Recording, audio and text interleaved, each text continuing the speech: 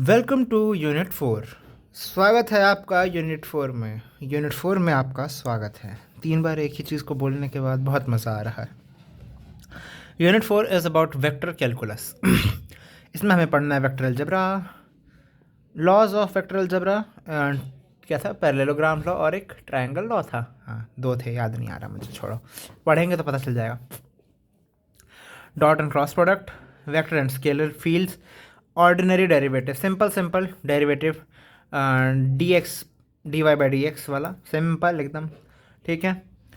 Partial derivative और उसी में del operator, okay. Space curve, gradient, gradient के बाद डायरेक्शनल डेरिवेटिव। बहुत सिंपल है, बहुत सिंपल। बेसिकली ये पूरा का पूरा चैप्टर बहुत सिंपल है। Divergence of vector field, Laplace equation और कर्ल ऑफ वेक्टर, और कुछ inter relation between this divergence, gradient and curl. तो बहुत बढ़िया चैप्टर, बहुत बढ़िया यूनिट, पर्सनली मेरा फेवरेट। शुरू करते हैं। ओके, अब सर ने यहाँ पे शॉर्ट में टॉपिक्स लिखवाए थे। Dot and cross product, gradient, curl and divergence, ये हमारे मेन टॉपिक्स हैं, जिसमें से ये वाला तो हमें ऑलमोस्ट आता है। वेक्टर्स होते क्या हैं? Physical entities having magnitude and direction is known as vectors. Usually it is represented by an alphabet with an arrow overhead. ये है हमारा वेक्टर, कितना सुंदर है। चलो अब आगे बढ़ते हैं। हाँ, डिस्प्लेसमेंट, वेलोसिटी, एक्सेलरेशन, फोर्स, ये सब वेक्टर्स हैं, बताने की ज़रूरत नहीं है। Vector is said to be unit vector if its magnitude is 1, usually represented by a letter with, क्या कहेंगे इसको, कुछ तो कहते हैं, ये cap overhead, okay. A unit vector, B unit vector. चलो आगे बढ़ो। Magnitude is represented by this modulus of A vector. अगर वेक्टर ए ये है तो उसका मैग्नीट्यूड ये होगा। Simple. Direction of A vector, it is evaluated by unit vector. Basically unit vector जब हम निकालते हैं तो जो उसकी डायरेक्शन आती है वही उसकी एक्चुअल एंड फाइनल डायरेक्शन होती है, ओके। Direction of vectors. चलिए हम नेक्स्ट पेज पे मूव करेंगे। Two vectors are said to be equal if both have same magnitude and same direction. Simple सी बात है, एकदम नॉर्मल। कॉम्पोनेंट ऑफ वेक्टर्स, ये ए वेक्टर है तो उसका एक एक्स कॉम्पोनेंट, एक आई कैप कॉम्पोनेंट होगा और एक जे कैप कॉम्पोनेंट होगा। आई कैप एक्स की डायरेक्ट, क्या, हाँ, आई कैप एक्स के लिए को रिप्रेजेंट करेगा और जे कैप वाई को रिप्रेजेंट करेगा। तो ये उसके कंपोनेंट्स किए हैं जो कि नोट्स में अवेलेबल हैं। अगर इसमें से कुछ पढ़ना हो तो आप लोग डायरेक्ट पढ़ सकते हैं। इसमें कुछ एक्सप्लेन करने जैसा खास है नहीं, ओके। तो next is parallelogram method. Method for what? Component of vector निकालने का या कंपोनेंट ऑफ वेक्टर का कैलकुलेशन करने का। For addition and subtraction we use tail and head method and parallelogram law, okay. तो इसमें वैसे यही पैरेललोग्राम लॉ और ये जो टेल एंड हेड लॉ है इसी को ट्रायंगल लॉ भी कहते हैं। Parallelogram law, we use to draw a parallelogram by taking two vectors as an adjacent side, the diagonal of which the resultant vector, diagonal of which gives the resultant vector। ये हमारा C vector है ना, ये C vector आया कैसे इसके, और छोड़ो ये मैं एक्सप्लेन ही नहीं करने वाला वैसे कुछ खास। वैसे इसमें 2 वेक्टर्स थे, एक तो ये वेक्टर था और एक ये वेक्टर था, ओके। इसके पैरेलल में मैंने ये वाला वेक्टर ड्रॉ किया और इसके पैरेलल में ये वाला वेक्टर ड्रॉ किया, जिसके बाद रिजल्टेंट डायगोनल हमें मिलता है वेक्टर सी, ओके। तो ये सिंपल सा है parallelogram law. And tail and head method में भी वही होता है कि ये हेड है, ये टेल है। 2 वेक्टर्स को पॉजिटिवली ऐड करने के लिए एक का हेड दूसरे के टेल से टच होना चाहिए। तो सी वेक्टर जो है हमारा वो आएगा through A vector plus B vector. बहुत बेसिक सी चीज़ें हैं, सारी 11th 12th की पढ़ी हुई। अब आगे बढ़ेंगे। Dot product, The dot two vectors a and b is given by this: a dot b equal to magnitude of a multiplied by magnitude of b multiplied by cos theta, and the value will be a scalar quantity. Simple. Dot product हमें scalar quantity देता है, ये सब चीज़ें हम पहले से जानते हैं. द डायरेक्शन और the angle between two vectors is given by theta cos inverse a dot b upon magnitude of a dot magnitude of b. Okay, ये हमारा थीटा का छोटा सा फॉर्मूला है, ये भी हम लोगों ने पढ़ा हुआ है. एंड बस ये सारी चीज़ें याद करने वाली थी. If theta equal to 0 then a and b are parallel vectors irrespective of direction. May be उन दोनों की डायरेक्शंस अलग अलग हों, लेकिन they are parallel. Next is if theta is negative. हाँ, ये जो क्या कहते हैं इनको, मतलब जो भी कहते हैं, जो समरीज होती हैं, ये याद रखनी ज़रूरी होती हैं. If theta is negative then the angle will be obtuse otherwise acute. By the way, इसमें हमें कुछ शक था, सर ने कुछ गलत पढ़ाया हुआ था, ऐसा हमें लग रहा था. तो ये अपने डिस्क्रिप्शन पे आप लोग ज़रूर पढ़िएगा, इसको अपने दिमाग से समझ के पढ़िएगा. a dot B equal to 1 implies that a and b are parallel vectors. a dot B equal to 0 then a and b are perpendicular vectors. If a is this, b is this, a dot B equal to this and theta. एक बहुत normal सा question sir ने कराया था just to understand, and आ जाता है exam में, बहुत आसान है, तो अच्छा लगता है ये क्वेश्चन अगर आ जाए तो. Now cross product. Cross product ध्यान से देखा जाए तो ये मैग्नीट्यूड ऑफ क्रॉस प्रोडक्ट है, which is magnitude of A dot magnitude of B multiplied by sine theta, which results in a vector quantity. A cross B gives a vector quantity, लेकिन उसका magnitude अगर निकाल रहे हैं तो ये चीज़ हमें उसका मैग्नीट्यूड ही देता है. ओके, ए क्रॉस बी अपने आप में वेक्टर क्वांटिटी देता है, उसका मैग्नीट्यूड तो मैग्नीट्यूड ही देगा. ओके, यहाँ पे n का मतलब is a unit vector parallel to A B surface. तो वही इसका मैग्नीट्यूड जब हम निकालते हैं तो ये n हट जाता है बस, बिकॉज ये यूनिट वेक्टर है ना, मल्टीप्लाई बाय 1 हो जाएगा, काम खत्म. The direction of n is obtained using left hand thumb rule और bottle cap rule. Direction of vector वैसे तो जहाँ तक हमें याद है राइट हैंड थंब रूल से निकाला जाता है. सर ने हमें कुछ गलत लिखवाया है, so this is also upon your own discretion. Otherwise मैं इस चीज़ को अभी एंड ऑफ दिस वीडियो बता दूंगा, सही आंसर बता दूंगा इसका. Okay, the A cross B geometrically means, हाँ, geometrical interpretations of these quantities. A cross B geometrically means area. जो हमारा क्रॉस प्रोडक्ट होता है वो हमें एरिया देता है. Okay, and vector of A cross B provides area covered by sweeping from A to B और वाइस वर्सा. मतलब ये एक एरिया वेक्टर देगा ए क्रॉस बी, और ये उस एरिया वेक्टर का मैग्नीट्यूड. सिंपल. ए बी और ये क्रॉस प्रोडक्ट निकालने का तरीका, क्रॉस प्रोडक्ट आ गया, साइन थीटा निकाल लिया, ये सब वही चीज़ें हैं. ना हम आ जाते हैं ट्रिपल प्रोडक्ट पर. दो टाइप के ट्रिपल प्रोडक्ट्स होते हैं, scalar triple product and vector triple product. TP stands for triple product. Scalar triple product provides a scalar quantity, जैसा कि नाम सजेस्ट करता है, ये स्केलर क्वांटिटी देगा, and represented by A dot B cross C या A cross B dot C, both are equal. Okay, it provides the volume of the space covered by A B C. इन तीनों vectors ने मिलके कितना volume cover किया है, ये triple product हमें वो वॉल्यूम की वैल्यू देता है, एंड स्केलर वैल्यू है. ओके, एंड ये सर ने ट्रिपल प्रोडक्ट के लिए हमें बताया था.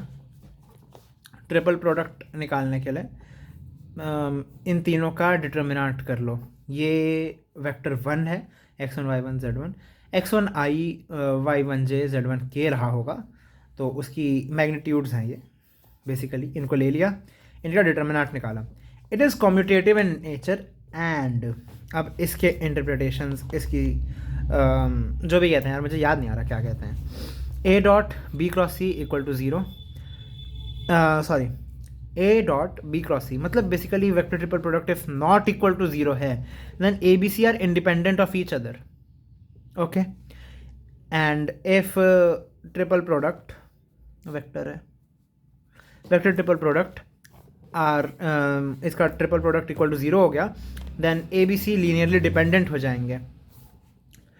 ठीक है, एंड इसका एक थर्ड केस था दैट इफ़ ये इक्वल टू 1 आ जाए, A dot B cross C, बताओ मैंने लिखा ही नहीं नोट्स में, A dot B cross C equal to 1 then A B C are coplanar. Okay, now vector triple product, sorry मुझे माफ़ किया जाए, A dot B cross C equal to zero, ये सेम केस था, मैंने लिखा ही गलत तरीके से, इसके लिए मुझे माफ़ किया जाए. ये सेम केस में ये लीनियरली डिपेंडेंट भी होते हैं प्लस ये तीनों को प्लेनर होते हैं. इक्वल टू ज़ीरो ही होगा, इक्वल टू 1 नहीं होगा, गलती हो गई थी, मुझे माफ़ किया जाए. Vector triple product, vector triple product basically means vector product जो हम ए डॉट बी क्रॉस सी कर रहे थे, अब वो भी क्या कहते हैं, क्रॉस ही हो जाएगा, A cross B cross C, and it provides vectorial value and is given by A cross B cross C equal to B vector. वैसे ये बड़ा बी होना चाहिए, कुछ भी है, मतलब ये वेक्टर प्रोडक्ट देता है, वेक्टर वैल्यू देता है और कुछ नहीं. ठीक है, सर ने ये एक बहुत खतरनाक क्वेश्चन कराया था. Let a force P is applied about the center of a wheel. Okay, find the moment generated when radius equal to 1.5 feet. ठीक है, अब सबसे ज़रूरी चीज़ फीट में दिया हुआ है, तो हमें आंसर तो न्यूटन मीटर में चाहिए, फीट हमारी एसआई वैल्यू नहीं है, तो इसको पहले स्टैंडर्ड में कन्वर्ट करना पड़ेगा, मीटर में या एटलीस्ट पहले सेंटीमीटर में देन मीटर में. Okay, P is equal to 1000 newton sir ने दिया हुआ है. अब मोमेंट की वैल्यू क्या होती है, रेडियस इनटू पी. ये फिज़िक्स का टॉपिक है, आएगा नहीं वैसे क्वेश्चन अकॉर्डिंग टू मी, आ गया तो छोड़ दिया जाएगा बिकॉज इसके लिए अलग से पूरा एक कंसेप्ट पढ़ना पड़ेगा. मतलब उतना कुछ हार्ड नहीं है, अगर आपको फॉर्मूला आता है तो आप कर सकते हैं स्टिल. चलो अभी फ़िलहाल के लिए मोमेंट देखते हैं. मोमेंट इक्वल टू होता है आर क्रॉस पी, तो मतलब मल्टीप्लिकेशन है सिंपल, 0.45 इंटू 500 इंटू 1 जो कि आएगा 225 न्यूटन मीटर. ओके, तो इसका आंसर 225 न्यूटन मीटर है. इसको हाँ, ये 1.5 फीट को मैंने कन्वर्ट किया था कहीं, तो मैंने रफ में किया था जो कि यहाँ पे नहीं शो हो रहा, बट 0.45 कन्वर्ट करके ही आया था. हाँ, now application of vector products, इनका एप्लीकेशन क्या है. एप्लीकेशन के नाम पे सर ने क्वेश्चंस कराए हुए हैं, ये 4 वेक्टर दिए हुए हैं, और हाँ ये सर ने क्वेश्चंस बुक के कराए थे और व्हाट्सएप पे ये क्वेश्चंस भेजे थे. ओके, सो ये जो भी क्वेश्चंस हैं ना, उनका मैं ड्राइव लिंक डाल दूंगा, क्या कहते हैं, इस YouTube वीडियो के डिस्क्रिप्शन में. ओके, तो आप वहाँ से वो क्वेश्चंस देख सकते हैं. अदरवाइज़ MFC वाले ग्रुप पे, हमारे MFC वाले ग्रुप पे हैं. चलो आगे बढ़ते हैं, मैं बहुत रुक के बोल रहा हूँ आज. तो ये बेसिकली क्वेश्चंस हैं.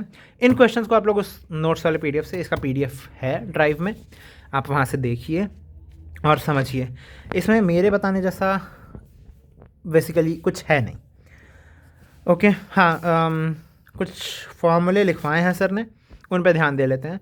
Area of parallelogram is magnitude of A cross B where A and B are diagonals. Okay, A and B diagonals होते हैं. Area of triangle half of the same, like यहाँ पे वो डायगोनल नहीं होगा, यहाँ पे 2 साइड्स होंगे ट्रायंगल के, बट वही पैरेललोग्राम के केस में डायगोनल हो जाते हैं. इसलिए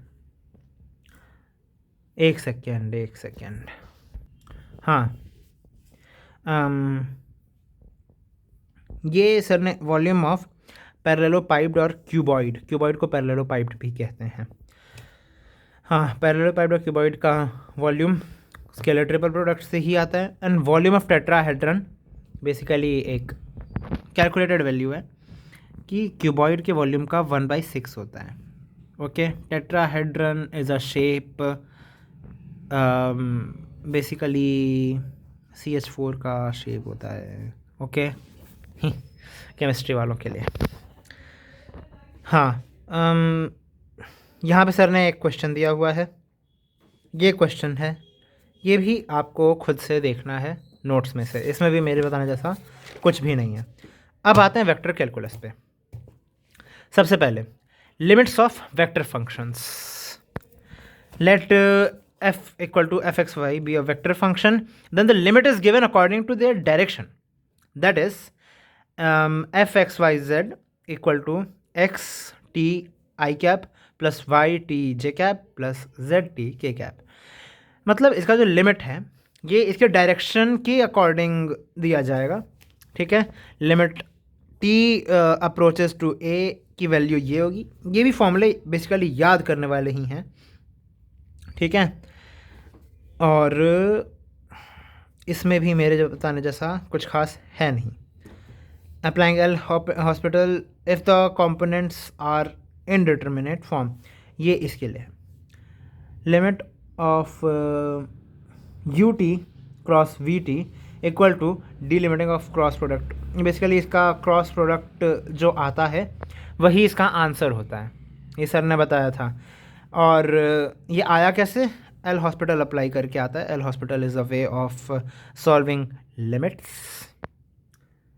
हाँ, तो इसका आंसर इसका क्रॉस प्रोडक्ट ही होता है। आप इसमें लिमिट कुछ भी डालें, मतलब टी अप्रोचेस टू ए, ये ए कोई भी वेरिएबल है, मतलब कोई भी कांस्टेंट वैल्यू है, सॉरी कोई भी कांस्टेंट वैल्यू है, इसका आंसर वही आएगा, क्या कहते हैं, you T cross V T. Vector calculus. Derivative of vector function. Derivative simple वही डेरिवेटिव वाले ही, नॉर्मल डेरिवेटिव वाले ही रूल्स इसमें अप्लाई होते हैं। Okay, derivative of U T equal to simple U T. Derivative of U T dot V T equal to derivative of U T upon D T dot V T plus, मतलब ये dot क्या था, कौन सा rule था वो, product rule. इसमें product rule लग जाएगा। Same, almost same goes with this. ये भी तो सेम ही है ना, कुछ डिफरेंस तो नहीं। ये डॉट प्रोडक्ट है, ये क्रॉस प्रोडक्ट है, बट लगेगा दोनों में सेम ही। यहाँ पे हम उन्हीं वेक्टर्स का डॉट प्रोडक्ट करेंगे और यहाँ पे उन्हीं प्रोडक्ट्स का उन्हीं वेक्टर्स का क्रॉस प्रोडक्ट करेंगे आंसर में। ओके, एंड ये यहाँ पे वही एक प्रोडक्ट रूल होता था, दूसरा कौन सा होता था, वो डिवीजन वाला रूल, मैं सारे नाम भूल गया हूँ देखा जाए तो। Quotient rule. तो ये क्वोशंट रूल है और ऑलमोस्ट सेम तरीके से ही अप्लाई होते हैं, बस फॉर्म इनका वेक्टर का होता है, इससे ज़्यादा कुछ डिफरेंस नहीं है खास। अब पार्शियल डेरिवेटिव पे आते हैं। पार्शियल डेरिवेटिव जिसमें कुछ लोग थोड़े से कंफ्यूज्ड हैं, कुछ लोग सोच रहे हैं कि कैसे होगा। चलिए इसको थोड़ा सा एक्सप्लेन करेंगे। When z is a function of multiple independent variables, then we will differentiate the function partially, considering other variables as constant. It is represented by del operator. यही हमारे सिलेबस में del operator की बात हुई थी, ये वही del operator है, बस इतना बड़ा कुछ नहीं है इसमें। पार्शियल डेरिवेटिव और del operator सेम चीज़ पे ही चलेंगे। मान लेते हैं कि z एक फंक्शन है, ये X square Y plus 2x cube plus Y square. तो D Z upon D X और differentiation of Z with respect to X, पहले हम केवल x के लिए करेंगे, तो वो क्या बन जाएगा, 2xy, ये स्क्वायर नीचे चला गया, सिंपल। y को हमने कांस्टेंट मान रखा है, ठीक है, तो अब इसमें 2y एक कांस्टेंट की तरह है और x इसका मेन वेरिएबल है, प्लस 6x स्क्वायर प्लस 0 क्यों, y एक वेरिएबल था, वेरिएबल का स्क्वायर भी एक क्या बोल रहा हूँ मैं, y एक कांस्टेंट था, c की तरह काम कर रहा है, ये कांस्टेंट वैल्यू थी। ओके, तो कांस्टेंट का स्क्वायर भी कांस्टेंट ही होगा और उसका डेरिवेटिव ज़ीरो होगा। फिर उसके बाद हम इसको y के रिस्पेक्ट में मतलब इसका डिफरेंशिएशन करेंगे y के रिस्पेक्ट में। ओके, तो ये बन जाएगा एक्स स्क्वायर, वाई 1 हो गया, x square plus 2y, 2y कैसे, इसकी वजह से, और ये 2x क्यूब ज़ीरो समझ के, मतलब कांस्टेंट होने की वजह से ये ज़ीरो हो गया, तो वो शो नहीं कर रहा है। Okay, partial differentiation plays an important role as it provides the variance, divergence and curl। हमें डाइवर्जेंस, कर्ल और बेसिकली ग्रेडियंट में भी, नहीं ग्रेडियंट में शायद इसका यूज़, ग्रेडियंट में भी इसका यूज़ है, हर जगह इसका यूज़ है। हमें आगे जितना कुछ पढ़ना है उसमें पार्शियल डेरिवेटिव का पूरा पूरा यूज़ है। सर ने ये भी कुछ क्वेश्चंस कराए हुए हैं, तो इन क्वेश्चंस को भी आप ज़रूर कंसीडर करें नोट्स में से। v1 इक्वल टू ई की पावर x कॉस वाई आई कैप प्लस ई की power x sign Y J cap. Partial derivative निकालना है इसका, तो पहले x के रेस्पेक्ट में करेंगे, फिर y के रेस्पेक्ट में करेंगे। ओके, इसका पार्शियल डेरिवेटिव आ जाएगा। और ये भी एक दूसरा क्वेश्चन दिया हुआ है। ये दो क्वेश्चंस हैं, इनको नोट्स में से ज़रूर पढ़ें, क्योंकि ये PYQs हैं, ये फिर से आ सकते हैं, रिपीट हो सकते हैं, तो पहले से किया होगा तो आसानी होगी ना। ग्रेडियंट, मान लेते हैं कि एक फंक्शन है F X Y Z that is differentiable in the domain of 3D space. It's very obvious कि एक वेक्टर में अगर 3 वेरिएबल दिया है तो वो 3D स्पेस में होगा, वो 2D वेक्टर नहीं है, 3D वेक्टर है, तो वो डिफरेंशिएबल भी 3D स्पेस के ही डोमेन में होगा। Then the gradient of the function, अच्छा ग्रेडियंट का मतलब क्या होता है, छोड़ो ग्रेडियंट का मतलब यहाँ पे वो फिजिक्स वाला अलग हो जाएगा, कंसेप्ट ही अलग है। Gradient of F equal to del F upon del X I cap, del F upon del Y J cap plus del F upon del Z K cap. एक 3D वेक्टर अगर हमें दिया हुआ है, 3 डायमेंशनल दिया है, तो उसमें एक्स वाई जेड तीनों होंगे, आई जे के तीनों होंगे, तो हमें तीनों के रिस्पेक्ट में अलग अलग डिफरेंशिएट करके इनको ऐड कर देना है। सिंपल, बस ग्रेडियंट ऑफ एफ में यही करना है। It is represented through nabla F, ये उल्टा ट्रायंगल नाबला कहलाता है। ओके, नाबला क्यों कहते हैं मुझे नहीं पता। ग्रेडियंट, और हाँ एक चीज़ का ज़रूर ध्यान दें, ग्रेडियंट हमें हमेशा एक वेक्टर वैल्यू देता है, वेक्टोरियल वैल्यू, स्केलर नहीं देगा, वेक्टर देगा। ओके, वेयर नाबला, नाबला की अपने आप में ये अलग वैल्यू है। नाबला की वैल्यू होती है del upon del X I cap, del upon del Y J cap, del upon del Z K cap. ये वैल्यू याद करने लायक है, आसान है और याद होनी भी चाहिए, बिकॉज बहुत ज़रूरी है याद करनी। अभी तो हम लोग केवल ग्रेडियंट पढ़ रहे हैं, अभी हमें आगे पढ़ना होगा, क्या कहते हैं, डाइवर्जेंस एंड कर्ल, उसमें इसकी आवश्यकता है, हमें नाबला की अलग से ज़रूरत है। ये एक इंडिपेंडेंट ऑपरेटर है, ये डिपेंडेंट नहीं होता, ये इंडिपेंडेंट है। ग्रेडियंट ऑफ एफ, नाबला एफ इसलिए कहते हैं बिकॉज हम यहाँ पे बस एफ ही तो रखते हैं एक्स्ट्रा ग्रेडियंट के लिए, और कुछ चेंज है नहीं खास। तो nabla is actual partial derivative operator.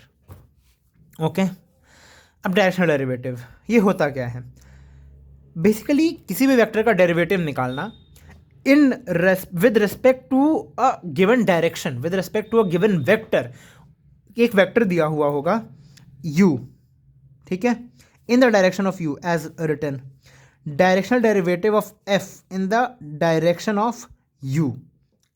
ठीक है, हमें ये u वेक्टर दिया होगा और इस u वेक्टर के डायरेक्शन में हमें इसका डेरिवेटिव निकालना होगा, जो दूसरा एक वेक्टर दिया होगा। Let f be a function, then if we wish to find the derivative of a in a specific direction, then it is known as directional derivative. It is represented by du of f, जहाँ पे हम u के respect में, u की direction में निकालना चाहते हैं। इसका फॉर्मूला क्या है? u dot nabla F. अब ध्यान से देखा जाए तो ये एक वेक्टर वैल्यू है, u भी एक वेक्टर है, डॉट प्रोडक्ट इसका स्केलर देगा, तो डायरेक्शनल डेरिवेटिव हमें स्केलर वैल्यू देता है, इसका ध्यान ज़रूर रखें। मैं इसलिए बोल रहा हूँ क्योंकि सर ने क्लास में बहुत गाली दिया है इस पर, तुम लोगों को ये छोटी छोटी चीज़ें याद नहीं है। एक बार बच्चों की नोटबुक पकड़ के काट दी थी कि तुम लोगों ने गलत लिखा है, आप लोगों को याद होगा जिसने क्लास ली है। If u is not a unit vector, u अगर यूनिट वेक्टर नहीं है, कोई नॉन यूनिट वेक्टर है, तो उस केस में क्या करें? u upon norm of u। Norm of u क्या होता है मैं बता देना चाहूँगा। Norm basically length of the vector होता है X square plus Y square plus Z square का अंडर रूट, पर डिफरेंस है, this is not magnitude. Norm magnitude नहीं होता, नॉर्म में और मैग्नीट्यूड में डिफरेंस है, और इस चीज़ को हम समझते हैं ग्राम्स के में जब हम कर रहे होंगे उस टाइम पर, लाइक यूनिट 2 में। तो यूनिट 2 में मैं बता दूंगा। अब आगे बढ़ते हैं।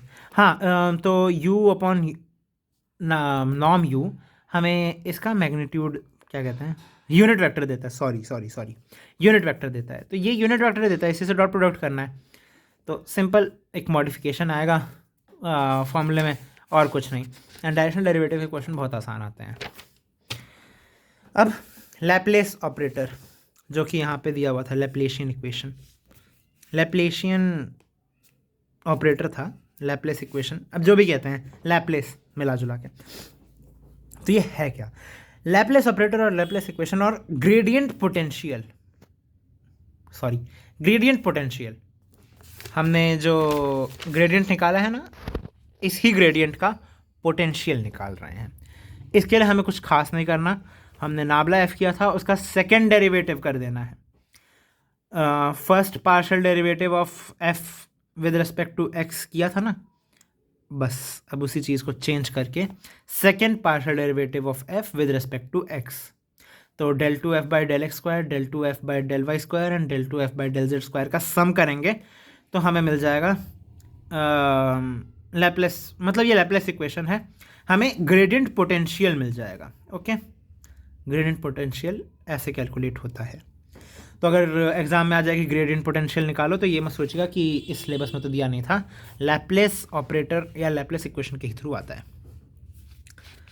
अब क्वेश्चन 7, हाँ ये सर ने क्वेश्चंस कराए हुए हैं, कुछ प्रूफ के क्वेश्चंस थे, ठीक है, ये मैंने नोट्स में किए हुए हैं, ये व्हाट्सएप पे सर ने जो पिक्चर भेजी थी उसी के क्वेश्चंस हैं, और वो सारे पिक्चर्स आई विल ट्राई कि मैं उन सबको एक साथ एक जगह पे मर्ज कर दूं। ओके, वैसे मैंने किया हुआ है, मुझे बस एक बार ये चेक करना होगा कि इसका पेज नंबर क्या है, जो कि वीडियो की डिस्क्रिप्शन में दिया हुआ है। तो चलिए आगे बढ़ते हैं। ये सारे क्वेश्चंस किए हुए हैं, ये आप नोट्स में से देख के डायरेक्टली कर सकते हैं। डायरेक्शनल डेरिवेटिव 36 से 42, क्वेश्चन नंबर 36 से 42 उस पिक्चर के। अब नेक्स्ट इज डाइवर्जेंस। डाइवर्जेंस है क्या? नाबला डॉट एफ। ओके, फ़र्क है, इस चीज़ को समझना ज़रूरी है कि फ़र्क है, ठीक है। हम नाबला एफ करते हैं ना, तो बेसिकली हम ये कह रहे हैं कि हम एफ का पार्शियल डेरिवेटिव करके ऐड कर रहे हैं, बट जब हम डाइवर्जेंस निकाल रहे हैं और नाबला डॉट एफ कर रहे हैं, तो इट मीन्स कि इस नाबला, जो कि एक वेक्टर वैल्यू आप देख सकते हैं आई जे के दिया तो वेक्टर वैल्यू होगी ना, इस वेक्टर वैल्यू से गिवन वेक्टर फंक्शन जो एफ होगा उसका डॉट प्रोडक्ट कर रहे हैं। तो इससे क्या समझ में आता है कि डाइवर्जेंस हमें एक स्केलर वैल्यू देता है, इस चीज़ का भी ध्यान ज़रूर रखें। कहाँ गया, यहीं पर है सब। तो हाँ, नाबला डॉट एफ का मतलब क्या हुआ, f1 f2 f3 are the components of f in i j and k directions respectively. Okay, ये i क्या कहते हैं, ये आई की डायरेक्शन में एफ का कंपोनेंट होगा, ये जे की डायरेक्शन में होगा और ये के की डायरेक्शन में होगा, ठीक है। इनका पार्शियल डेरिवेटिव करना होगा। तो आई की डायरेक्शन में इसका मतलब ये एक्स का फंक्शन हुआ ना, एक्स वाले का एक्स के रिस्पेक्ट में, वाई वाले का वाई के रिस्पेक्ट में, जेड वाले का जेड के रिस्पेक्ट में हमें डेरिवेटिव करना है। अब फ़र्क समझने का समय यही है, हम जब ग्रेडियंट निकाल रहे थे तो हम पूरे के पूरे फंक्शन को एक्स के रेस्पेक्ट में, पूरे के पूरे को वाई के रेस्पेक्ट में, पूरे के पूरे को जेड के रेस्पेक्ट में कर रहे थे। यहाँ पे एक्स वाला पार्ट, वाई वाला पार्ट और जेड वाला पार्ट इंडिविजुअली एक्स, वाई और जेड के रेस्पेक्ट में डिफ्रेंशिएट करेंगे, सिंपल। इससे हमारा डाइवर्जेंस आता है जो कि एक स्केलर वैल्यू होता है। ओके, अब यहाँ पे सर ने क्वेश्चन दिया है v equal to 3xzi 2xyj minus Y Z square के, find divergence of F, grad of F और डिव वी ग्रेड वी। मतलब इसको v मान लेते हैं, f का मतलब फंक्शन होता है और v वेक्टर हमें गिवन है, कोई डिफरेंस नहीं है, बेमतलब की बात।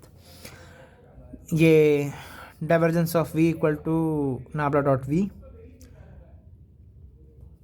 ये चीज़ हम पहले लिखेंगे, ये एक्चुअली एग्ज़ाम की प्रेजेंटेशन, एग्ज़ाम में प्रेजेंट कैसे करना है, नाबला डॉट वी के फॉर्म में। ओके, ये आई वाला पार्ट होगा। ओके, इसमें हम z को एक मानेंगे कांस्टेंट वैल्यू, 3x का डेरिवेटिव 3z आ गया। अब इसको हम, इस वाले पार्ट को हम क्या कहते हैं, डिफ्रेंशिएट करेंगे, पार्शियल डिफ्रेंशिएट करेंगे विद रिस्पेक्ट टू y। तो इससे क्या आएगा, 2y का डिफ्रेंशिएशन 2 एंड x बच जाएगा, तो 2x, और j डॉट j1 होता है।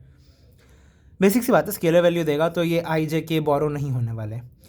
वैसे ही इसको भी, इस वाले पार्ट को, केवल इस वाले पार्ट को z के रेस्पेक्ट में करेंगे, तो ये y z स्क्वायर का हो जाएगा 2y माइनस है, ये इसका इक्वेशन आ गया। इसमें z, x और y की वैल्यूज़ डालने पर हमें डाइवर्जेंस की एक्चुअल वैल्यू मिल जाएगी। एंड ग्रेडियंट ऑफ v वही ग्रेडियंट जैसे निकालते हैं, simple. Okay, now divergence of gradient of v, that is basically nabla of nabla f, nabla dot nabla f। हाँ, बिकॉज ग्रेडियंट ऑफ f मैं निकाल रहा हूँ, वो भी एक वेक्टर क्वांटिटी आता है एज यू नो। तो इसमें ये है कि हम एक वेक्टर का ग्रेडियंट निकाल रहे हैं और उससे जो वेक्टर मिल रहा है उसका डाइवर्जेंस निकाल रहे हैं। तो ये होगा nabla dot nabla f, नाबला square f, ठीक है। तो अब इसको ये मत समझिएगा कि नाबला से नाबला मल्टीप्लाई हो गया इसलिए नाबला स्क्वायर हो गया। ये प्रूव करने को आता है कि इक्वल टू दिस, ये प्रूव के लिए आता है, तो इस तरह से प्रूव मत करना। प्रूव करने का एक बहुत सिंपल सा तरीका है कि ये पहले से डेरिवेटिव ऑफ f है, उसमें जब हम एक दूसरा डेरिवेटिव ऐड कर रहे हैं तो ये सेकेंड ऑर्डर डेरिवेटिव हो जाता है। ओके, मतलब डेरिवेटिव तो था ही, उसको एक बार और डिराइव किया तो सेकेंड ऑर्डर डेरिवेटिव हो गया, उससे बना नाबला स्क्वायर f, ठीक है। कैसे बना, डेरिवेटिव था, उसको फिर से डिराइव किया, उसको फिर से डिफरेंशिएट किया, तो वो सेकेंड ऑर्डर डेरिवेटिव हो गया, तब ये नाबला स्क्वायर f हुआ। ये नाबला से नाबला मल्टीप्लाई नहीं हुआ है, तो ये क्वेश्चन आने के चांसेस हैं, और सर ने बड़ा ज़ोर दे के कहा था कि ये सब क्वेश्चंस आते हैं। Now not last I think, but almost last topic of, हाँ last topic of this chapter. पहले वीडियो बहुत बड़ी हो चुकी है। Curl, let f x y z be a function having f1 f2 f3 and as ith jth and kth component, then curl of v is given by, like curl of f equal to nabla cross f, ठीक है। Gradient में नाबला f कर रहे थे, divergence में नाबला dot f, curl में नाबला cross f, तो वही क्रॉस प्रोडक्ट जैसा है, सिंपल। इसको हम क्रॉस प्रोडक्ट की तरह ओपन करेंगे, तो i के रेस्पेक्ट में इसका derivative with respect to y and इसका derivative with respect to z, then minus हाँ माइनस जे के लिए मतलब jth कंपोनेंट जो होगा इसका derivative with respect to x and इसका derivative with respect to z, then plus k के लिए kth कंपोनेंट के लिए इसका derivative with respect to x and इसका derivative with respect to y। इन तीनों को एक वेक्टर की तरह सॉल्व करेंगे and again curl being a cross product gives us a vectorial value. ठीक है, अब इसमें आते हैं दो proofs, curl of grad of f equal to 0 and divergence of curl of v equal to 0। अब मैं इसमें एक चीज़ ऐड कर देता हूँ, एक और क्वेश्चन PYQ में आया हुआ है, ग्रेडियंट ऑफ कर्ल ऑफ, एक second let me remember, sorry ये नहीं है, it's gradient of divergence of curl of, writing को मत जाना, मैं बोल रहा हूँ बस समझ लेना ठीक है, ऑफ f इक्वल टू, इसकी वैल्यू निकालनी है, प्रूफ कुछ नहीं करना, इसकी वैल्यू निकालनी थी, gradient of divergence of curl of v, और v की कुछ वैल्यू दी थी। तो ये क्वेश्चन आई थिंक 6 या 8 मार्क्स में आया हुआ है और इसका आंसर इतना शॉर्ट है that by identity this is equal to 0 and gradient of 0 vector is basically 0 vector. Okay, तो इसको 0 वेक्टर डायरेक्ट लिख सकते हैं, इसका आंसर ये होगा, बट इसको पूरा कैलकुलेट करने की ज़रूरत नहीं पड़ती बिकॉज हमारे पास आइडेंटिटी है, हम सीधा बोल सकते हैं by identity this is 0 and gradient of 0 is 0 vector, तो वो भी 0 ही होगा, पर 0 वेक्टर मेंशन करना ज़रूरी है because gradient always gives a vector value, तो ये 0 वेक्टर देगा, इसका आंसर 0 नहीं 0 वेक्टर होगा, ये डिफरेंस समझना ज़रूरी है। अच्छा, अब इन दोनों प्रूफ्स पे आ जाते हैं, curl of grad of f, अगर ये प्रूफ आ गया तब क्या करेंगे। सबसे पहले curl of grad of f यानी नाबला क्रॉस नाबला f, ये नाबला है, ठीक है, इसको आप लोग वो डेल वाला साइन मत समझना प्लीज़, मुझसे लिखते वक्त में गलती हुई है, ये भी नाबला ही है, लिखने में स्टार्टिंग में बहुत दिक्कत होती है नाबला बनाने में। तो इसमें होगा ये कि हम सिंपल क्रॉस प्रोडक्ट करेंगे, यहाँ पे नाबला f ले लिया, ओके, और ये नाबला ले लिया, इन दोनों का क्रॉस प्रोडक्ट किया हमने, वही सिंपल क्रॉस प्रोडक्ट करेंगे, सेकेंड डेरिवेटिव फॉर्म में आएगा, इन ब्रैकेट को जब हम ओपन करेंगे तो ये एक दूसरे से सारे कट जाएंगे, हेंस ये चीज़ प्रूव हो जाएगी कि नाबला क्रॉस नाबला f इक्वल टू 0 होता है, और ये प्रूव्ड, काम ख़त्म। Since f is continuously differentiable, हाँ ये चीज़ लिखनी बहुत ज़रूरी होगी, f इज़ कॉन्टिन्यूसली डिफरेंशिएबल, ये डिफाइंड है वेक्टर कैलकुलस के लिए, एक वेक्टर्स के, हाँ हर वेक्टर के लिए ये चीज़ डिफाइंड है दैट वो कॉन्टिन्यूसली डिफरेंशिएबल होते हैं, इसलिए del square f upon del x del y is equal to होता है del square f of del y del x. जो कॉन्टिन्यूसली डिफरेंशिएबल फंक्शन नहीं होते, नॉन डिफरेंशिएबल होते हैं, non continuous and non differentiable, या एटलीस्ट नॉन कॉन्टिन्यूस होते हैं, उनके केस में these are not equal to, okay, but vectors में दीज आर इक्वल। ये चीज़ लिखनी ज़रूरी है क्योंकि सारे मार्क्स इसी के हैं, ज़्यादा मार्क्स इसके हैं। तो हमारा curl of grad of f equal to 0 prove हो गया। वैसे ही divergence of curl of v भी होगा nabla dot nabla cross f, अब ये भी नाबला ही है, मेरी गलती, आप लोग नज़रअंदाज करिएगा। हाँ, तो नाबला डॉट नाबला क्रॉस f, तो पहले नाबला क्रॉस f उसकी वैल्यू आ जाएगी, उसको नाबला से फिर हमें डॉट प्रोडक्ट करना होगा, ठीक है।